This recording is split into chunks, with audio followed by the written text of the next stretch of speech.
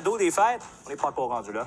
Je vous rassure. On va parler d'entrepreneuriat au retour de la pause. Il faut dire que c'est rarement simple en se lançant en affaires, mais il semble que les défis sont encore plus nombreux pour les femmes. On en parle avec notre invité au retour.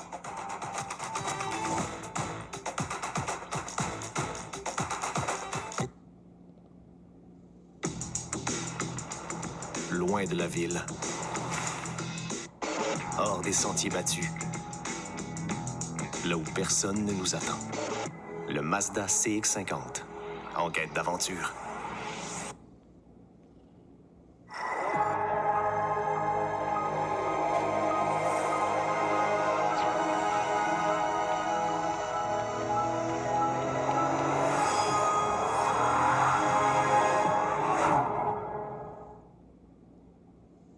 Le monde vit une crise climatique. Il y a de l'espoir. Une merveille de la nature, capable de capter et d'absorber de grandes quantités de gaz à effet de serre. Les milieux humides. Leur conservation permet au Canada de s'appuyer sur la force de la nature pour s'attaquer au changement climatique et accroître la biodiversité. Découvrez d'autres solutions climatiques fondées sur la nature et voyez la nature sous un nouvel angle. Un message du gouvernement du Canada.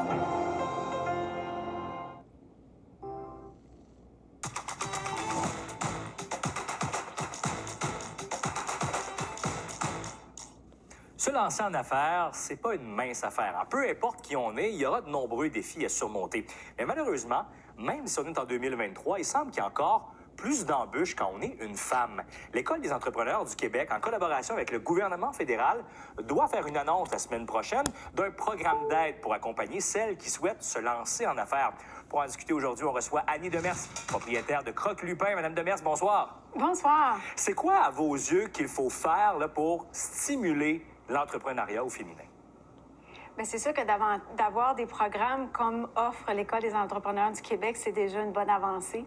Il y a quand même les associations des femmes d'affaires qui nous encouragent et qui sont là pour nous chapeauter.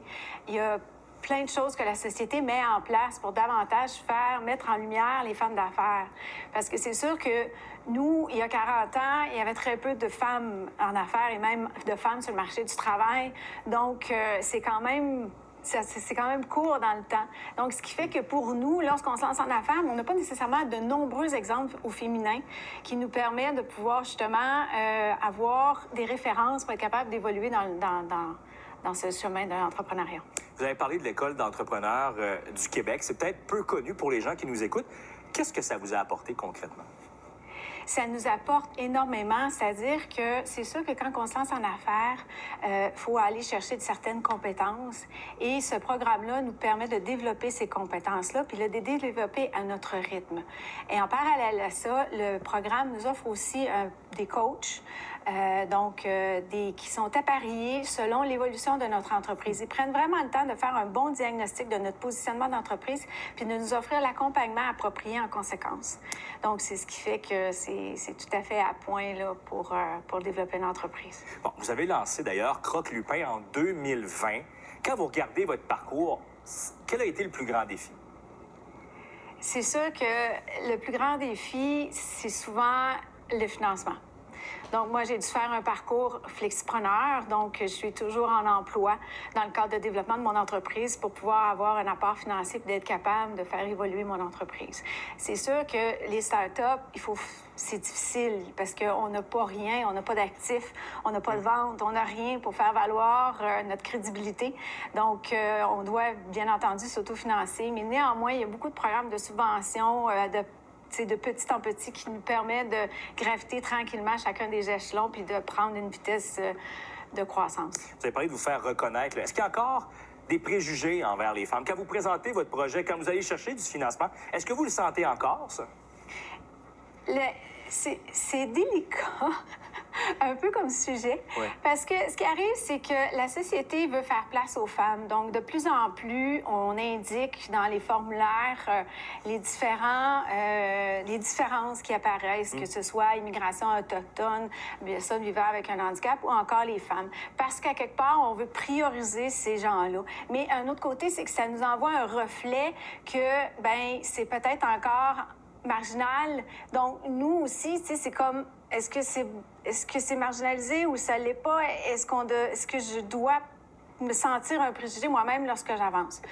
Je vous dirais qu'en tant que femme d'affaires, je me lève le matin puis je me préoccupe pas de ça. Mais quand je confronte des difficultés où là, je dois davantage faire valoir ma crédibilité, bien là, je me questionne, est-ce que c'est lié au fait que je sois une femme? Mais j'aurai jamais la réponse directe. Non, effectivement, on comprend que c'est un sujet qui est pas évident non plus. Vous avez lancé votre entreprise, je le disais tout à l'heure, en 2020. Donc, il y a eu la pandémie. Là, devant nous, une situation économique un peu plus instable. Qu'est-ce que vous aimeriez dire à une femme qui hésite là, à se lancer en affaires, surtout avec le contexte économique actuel? Qu'est-ce que vous aimeriez lancer à cette femme-là comme message? La persévérance. Vraiment, il faut être patient et persévérant. J'ai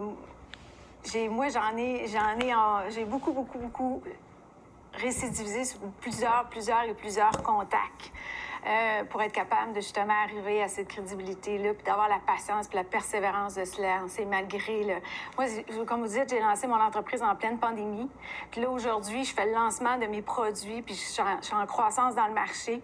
Puis là, je dois faire face à une crise inflationniste. Fait qu'il faut vraiment être patient, puis de savoir bien s'entourer. Donc, l'École des entrepreneurs, je reviens avec leur programme, mais c'en est un environnement où on peut justement bien se situer puis être bien entouré. On sait que l'entrepreneuriat, hein, ça fait partie de nous, c'est dans notre sang. Vous, de votre côté, Oui. est-ce que vous aimeriez éventuellement, est-ce que vous avez d'autres idées d'entreprise ou vous voulez continuer avec votre entreprise actuelle, Croque-Lupin? Non, je veux faire croître celle que j'ai là. C'est une entreprise en émergence, fait que c'est encore un petit peu encore plus complexe, donc de faire connaître quelque chose qui est inconnu. Alors non, moi, mon focus, c'est vraiment de faire grossir, de faire connaître davantage ce produit qui est assez excellent en valeur nutritive. Madame Demers, vous êtes propriétaire de Croque-Lupin. Merci d'avoir été avec nous. On a bien hâte de voir également l'annonce qui va être faite la semaine prochaine. Je vous remercie et bonne soirée. Alimenter la clientèle locale et fournir en volume les marchés canadiens, bien, c'est deux objectifs de la prochaine entreprise qu'on vous présente au retour de la pause. C'est là.